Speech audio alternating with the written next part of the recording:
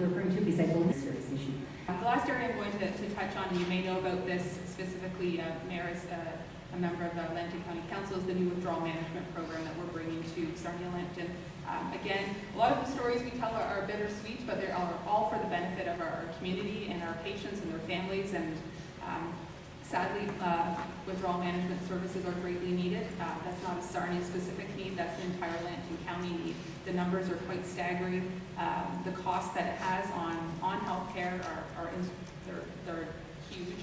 And we know that, again, when people can access those supports close to home, they can continue to work, they can continue to be parents, they can continue to be students, because we're also seeing young patients, children who access these services. And phase one of that program has just unraveled. So we're getting going, we're growing with that. But that's a program, again, that's got some tremendous support behind it, and hopefully will make a huge impact on the residents of all of our communities, so that they can be healthier individuals and contribute back to all of the wonderful municipalities that make up of Lambton County. So with that, I just want to reiterate how grateful and appreciative we are to you for your generous support of Blue Water Health. And if there are any questions, we would gladly entertain those. Okay, I want to thank you for that update and wish you continued success. Is there any questions or comments? Deputy Mayor Day. Yes, thank you. Through you to our guests. Thank you for coming to share this. Here you are. Just wondering about your reference to withdrawal management, which I understand and appreciate that's a very serious issue. Just wondering, are you referring to on-site services or the off-site services? I know there's discussion about establishing another center. Is that what you're referring to? Because I believe that Blue Water Health is involved in that process as well, but you're currently addressing things on-site. So Blue Water Health is the lead agency, and we speak for the foundation, so if I'm missing some pieces of information, we can get that out to you. But probably about a year and a half ago, the Erie St. Clair Lynn came to the Blue Water Health Board of Directors, of which I sit, and I'm not voting member, but I sit, and they did a presentation about the tremendous need for this service in our community. Numbers were staggering. We have the highest hepatitis C rate, I think, in the province, directly related to issues of addictions, and we also have staggering mental health needs across Sarnia-Lambton. So the Blue Water Health officials reported back and said, we would be interested in entertaining looking further into this. We don't believe the amount of money that the Lynn at that time were offering is enough to substantially offer the program that we need. So the Lynn hired a consultant. That consultant did a tremendous amount of work and reported back to the Blue Water Health Board and said, you were right. The needs of Sarnia-Lambton are greater. This is the amount of money we can contribute. The Erie St. Clair Lynn are fully funding the operations of the program. County Council has committed, I believe, $250,000 to a capital site. So the withdrawal management program is actually 3 phases. There will be some on-site supports, but the intent is that it's not located within Blue Water Health doors, but there will be an outside facility, likely located in Sarnia. It needs to be close to a medical facility. That determination hasn't been made yet, but phase 1 has started, and I believe this week they're actually accepting their first patients into the treatment program, which is off-site and day treatment, day programs. So there's a lot more to come, though, and it probably is going to take several years to get a fully fledged off-site program up and running, but greatly needed. Okay. Thank you. Again, thank you for your presentation. You have some material you'd like to distribute? Okay. Thank you again. Have a great rest of your meeting. Thank you. Thank you.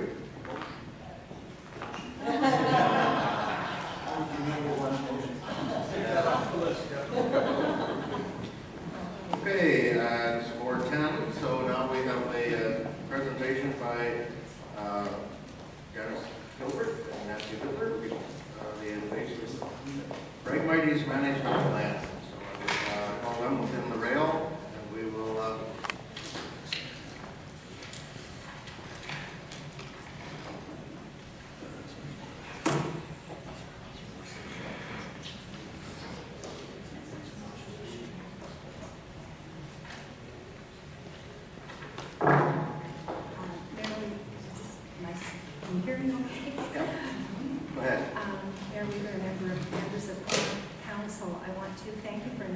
opportunity to be here this afternoon and present our management plan for Lambton Shores.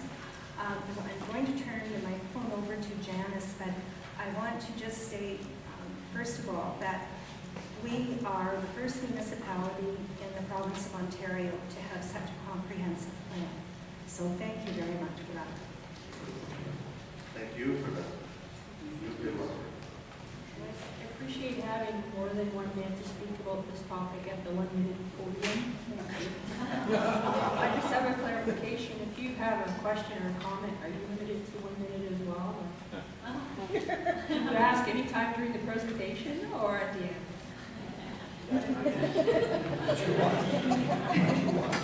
Pardon me? It's what you want. It's what I want. I think you can ask any, you can just interrupt me anytime you want if you'd like me to clarify something. Anyway, I don't know if you've had a chance to see the management plan. We have that with our agenda.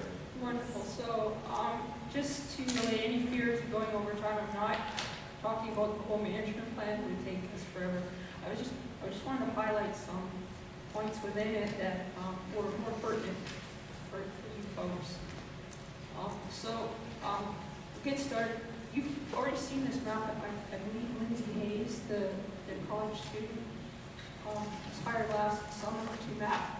Frank might showed this. Oh, I do have a laser pointer. That's okay. Anyway,